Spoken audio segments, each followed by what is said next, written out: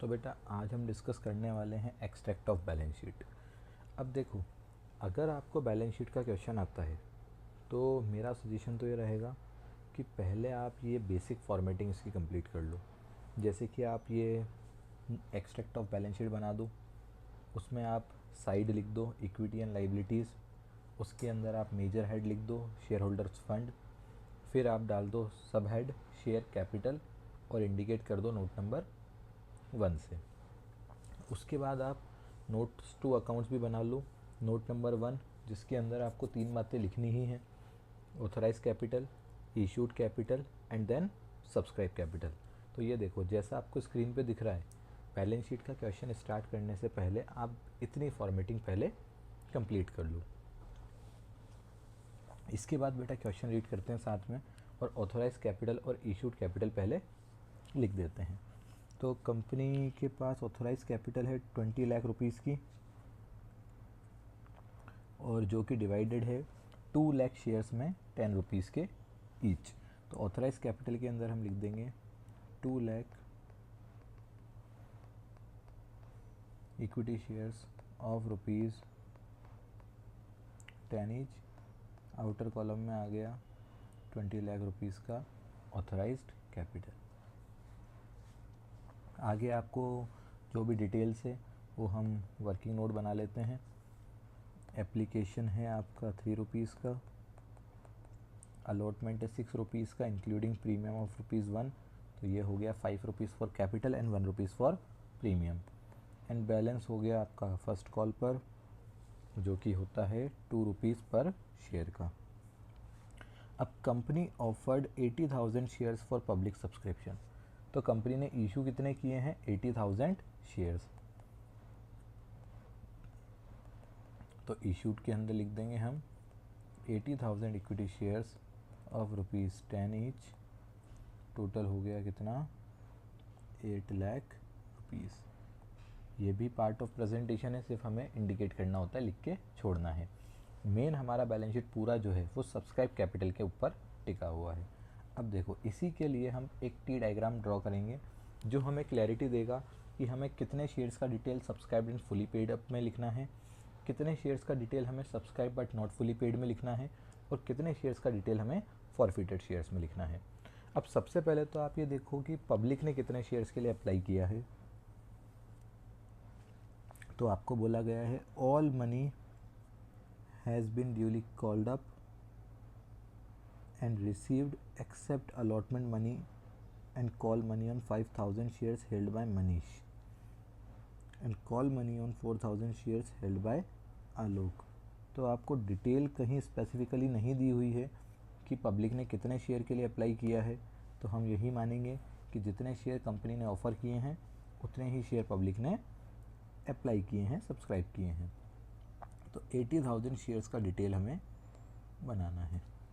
अब देखो, इसमें मैं इसको कहता हूँ कि एक क्लीन कैटेगरी हम एट लास्ट निकाल लेंगे, और उसके अलावा जितने लोगों ने गड़बड़ की है, जितने लोगों का अरियर है, उनकी कैटेगरीज हम अलग कर देंगे।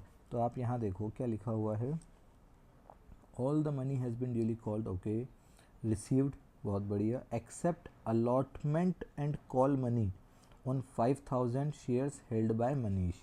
तो मनीष नाम का एक पर्सन है जिसके पास 5,000 शेयर्स हैं, और उसने हमें अलॉटमेंट का पैसा और कॉल का पैसा नहीं दिया, तो यहाँ हो गया arrear.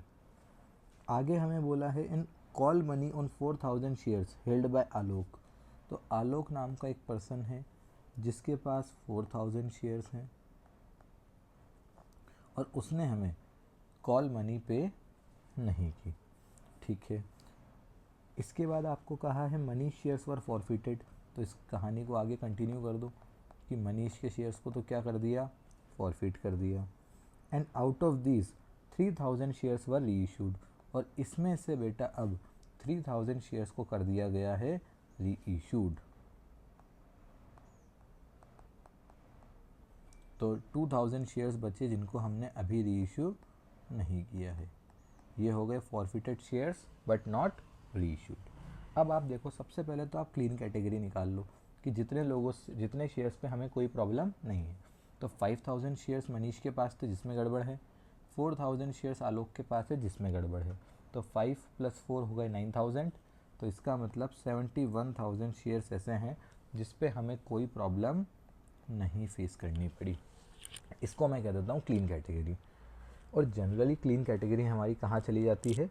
Subscribed and fully paid up के अंदर। बट एक कंडीशन है, क्या? कि पैसा पूरा मांगा गया प्लस पैसा पूरा मिल गया, तभी हम उसको सब्सक्राइब एंड फुली पेड में लिखते हैं।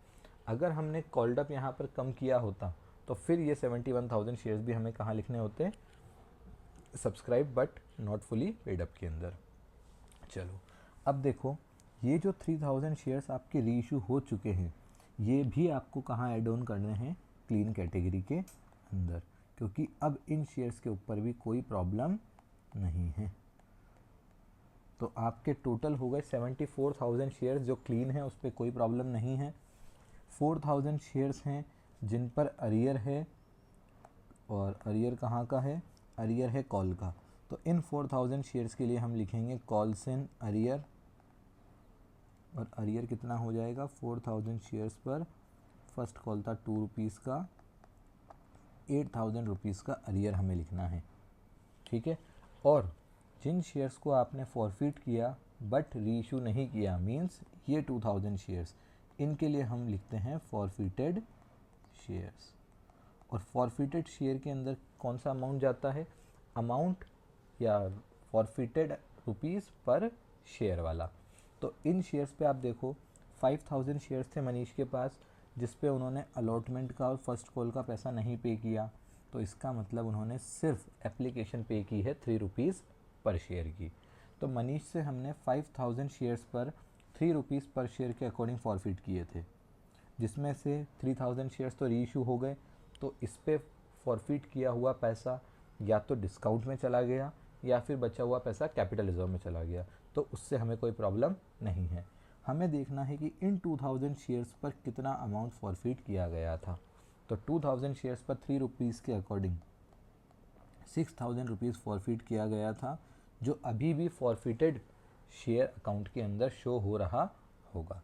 तो एक बार आपका ये वर्किंग नोट बन गया ना, तो इसके बाद आपको सिर्फ ऊपर डेटा फिल करना है।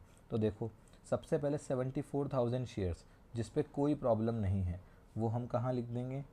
वो हमारा आ जाएगा subscribed and fully paid up के अंदर। 74,000 शेयर्स ऑफ ₹10 ईच, जो कि हो गया 7,40,000। जो अरियर वाले शेयर्स हैं आलोक वाले, वो हम लिख देंगे subscribe but not fully paid up के अंदर। तो ये हो गए 4,000 equity shares of ₹10 each. Inner column में हम लिख देंगे इसका 40,000 रुपीज़, जिसमें से अरियर है, तो अरियर हम माइनस कर देंगे। यहाँ पर कितने का अरियर था? 8,000 रुपीज़ का। तो ये हो गया 32,000 का कैपिटल आलोक वाला। और मनीष के जो 2000 शेयर्स फॉरफिट थे जिनको रीइशू नहीं किया गया, वो फॉरफिटेड शेयर्स के अंदर आ जाएंगे। तो फॉरफिटेड शेयर के अंदर अमाउंट आ जाएगा आपका 6,000 रुपीज़ का। और अब आप इसका टोटल कर दो, तो ये हो गया 778, जो कि हमारा सब्सक्राइब्ड कैपिटल का फाइनल अमाउंट हो गया। और इसी को हम पिक करके यहाँ ऊपर लिख देंगे एक्सट्रैक्ट ऑफ बैलेंस शीट के अंदर। ठीक है। तो ये होता है हमारा इलस्ट्रेशन 36। ये 2 क्वेश्चंस के अंदर मैं मानता हूँ काफ़ी बातें कंप्लीट हो जाती है 36 और 37 के अंदर। चलो अब इसी के साथ आप एक क्वेश्चन और डिस्कस कर लेते हैं अपन। इलस्ट्रेशन 37।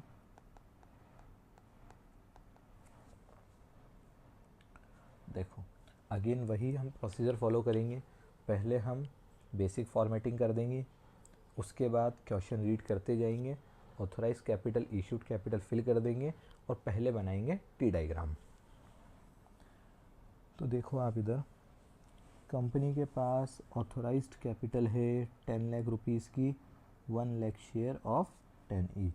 तो यहाँ लिख देंगे हम ऑथोराइज कैपिटल के अंदर 1,00,000 इक्विटी शेयर्स ऑफ ₹10 ईच हो गया हमारा 10 लाख रुपीज़ का ऑथराइज कैपिटल। इसके बाद company issued prospectus inviting application for 90,000 equity shares. Public को हमने ऑफ़र कितने किए हैं?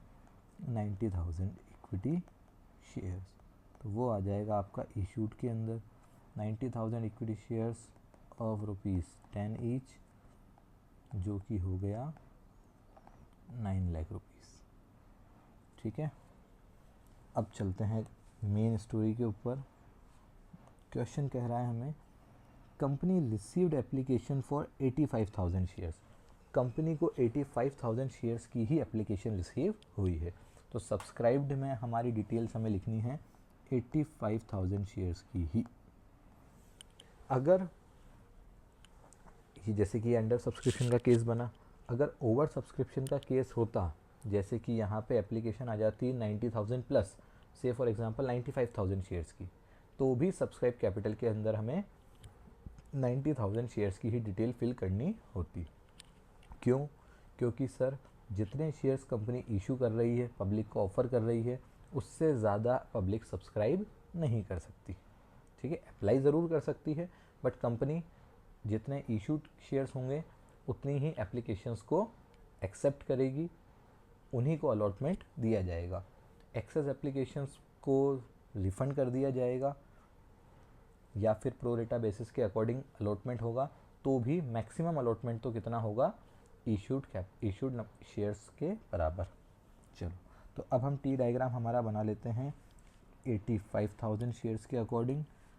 क्वेश्चन आगे हमें कह रहा है कि ड्यूरिंग द फर्स्ट ईयर, अब देखो ये बहुत इंपॉर्टेंट बात है, 8 रुपीज़ पर शेयर वर कॉल्ड। कंपनी का कॉल्ड अप ही कितना है? 8 रुपीज़ पर शेयर। और जब कंपनी ने 8 रुपीज़ पर शेयर ही कॉल किए हैं, तो इसका मतलब फुली पेड वाली कैटेगरी में कुछ भी नहीं आने वाला। तो इस वाले केस में हमें फुली पेड कैटेगरी बनाने की ज़रूरत नहीं है। ठीक है, इसको हमें बनाने की कोई रिक्वायरमेंट नहीं है। चलो, तो हमें सिर्फ subscribed but not fully paid, और ज़रूरत हुई तो फॉरफिटेड शेयर। चलो आगे बात करते हैं। Ram holding 1,000 shares and Shyam holding 2,000 shares did not pay the first call of 2 rupees per share। तो राम जिसके पास 1,000 शेयर्स थे एंड श्याम जिसके पास 2,000 शेयर्स थे, इन लोगों ने फर्स्ट कॉल का पैसा जो कि 2 रुपीज़ था पे नहीं किया। आगे क्वेश्चन कह रहा है श्याम शेयर्स वर फॉरफिटेड। अब श्याम के शेयर्स को तो क्या कर लिया गया? Forfeit. After the first call, okay, and later on 1,500 of the forfeited shares were reissued.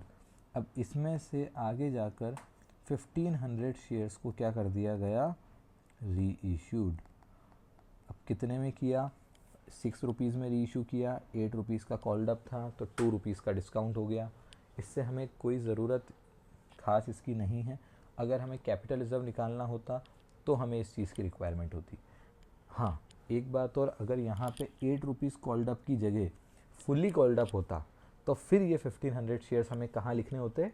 Subscribe and fully paid के अंदर। बट यहाँ पे 8 रुपीज़ कॉल्ड ही है, और बाकी हमारी जो क्लीन कैटेगरी है उसके अंदर भी 8 रुपीज़ कॉल्ड ही है।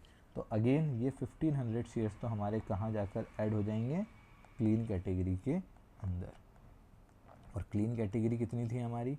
1,000 राम के पास, 2,000 श्याम के पास, और टोटल 85। तो 85 में से इन दोनों कैटेगरी को हम हटा दें तो आ जाता है 82,000 शेयर्स, जो कि क्लीन कैटेगरी है।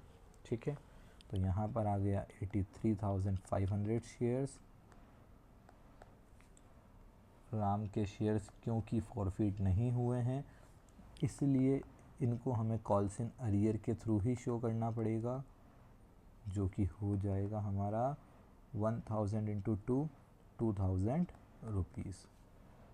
शाम के 2000 शेयर्स फॉरफिट किए थे, जिसमें से 1500 तो री इशू कर दिए, तो 500 शेयर्स हैं नॉट री इशूड, जो हमें इंडिकेट करने हैं फॉरफिटेड शेयर अकाउंट के थ्रू। अब फॉरफिटेड शेयर अकाउंट का बैलेंस कितना होगा, 500 शेयर्स पर जितना हमने फॉरफिट किया, तो 500 शेयर्स पर अरियर था 2 रुपीज़ का, ये बहुत स्पेशल बात है, ध्यान से देखना, अरियर था 2 रुपीज़ का और कॉल्ड अप था 8 रुपीज़ का। तो 8 रुपीज़ कॉल्ड अप था, 2 रुपीज़ का अरियर है, तो यहाँ पर आपका कितना आ जाता है, 6 रुपीज़ पर शेयर फॉरफिटेड। बच्चे गलती क्या करते हैं, 2 रुपीज़ का अरियर है तो बच्चा सोच लेता है कि 8 रुपये मिल गए होंगे, जबकि कॉल्ड अप ही 8 था, तो इसका मतलब 8 मांगा गया, 2 नहीं मिला, दैट मीन्स 6 रुपीज़ पर शेयर रिसीव हुए थे, जो कि हमने कर लिए फॉरफिट 3000 रुपीज़। अब बस सारी डिटेल्स हमारे सामने आ गई, तो इसको प्रेजेंट कर देते हैं। 83,500 शेयर्स वैसे तो हम कहाँ लिखते, क्लीन कैटेगरी है तो वैसे तो हम लिखते फुली पेड के अंदर, बट इस क्वेश्चन के अंदर कॉल्ड अप ही कम है, फुली कॉल्ड अप नहीं है, इसलिए 83,500 शेयर्स हमें कहाँ लिखने पड़ेंगे, नॉट फुली पेड अप के अंदर। और ये वाले शेयर्स राम वाले, ये भी नॉट फुली पेड अप में जाएंगे, जिन पे अरियर शो करना होता है वो नॉट फुली पेड अप में ही आते हैं। तो total not fully paid up category के अंदर आएंगे 83,500 शेयर्स तो क्लीन वाले और 1000 शेयर्स राम वाले, ठीक है। तो टोटल हो गए कितने, 84,500। तो यहाँ हम लिख देते हैं 84,500 equity shares of ₹10 each, ₹8 called up. तो आप मल्टीप्लाई कर दोगे 84,500 को किससे, 8 रुपीज़ से, तो आ जाएगा आपका 6,76,000, ठीक है। इसके बाद यहाँ हमें कॉल्स इन अरियर माइनस करना है। कॉल्स इन अरियर हो गया राम वाले शेयर्स का 2000 रुपीज़ का, 1000 शेयर्स पर 2 रुपीज़ के अकॉर्डिंग, चाहो तो आप डिटेल भी यहाँ शो कर सकते हो। तो ये 2000 रुपीज़ का हो गया कॉल्स इन अरियर, ये हो गए 6,74,000। फॉरफिटेड शेयर्स के अंदर शाम का आ जाएगा, शाम के 500 शेयर्स आ जाएंगे, जिस पे फॉरफिटेड शेयर का अमाउंट है 3000 रुपीज़। तो ये 3000 रुपीज़ फॉरफिटेड शेयर के अंदर आ गया, और फाइनल हो गया हमारा 6,77,000। तो ये हम फाइनल 6,77,000 उठाकर कहाँ लिख देंगे, ऊपर एक्सट्रैक्ट ऑफ बैलेंस शीट के अंदर। तो बेटा ये 2 क्वेश्चन आप अच्छे से देख लो, इन 2 क्वेश्चन के अंदर काफ़ी बातें आपकी बैलेंस शीट से रिलेटेड कवर हो जाती हैं, ठीक है। और मोस्ट स्पेशली मैं तो ये कहूँगा ये टी डायग्राम आप बना लो, ये टी डायग्राम आपको बहुत हेल्प करता है सारी डिटेल्स को ईज़िली देखने के लिए, ओके।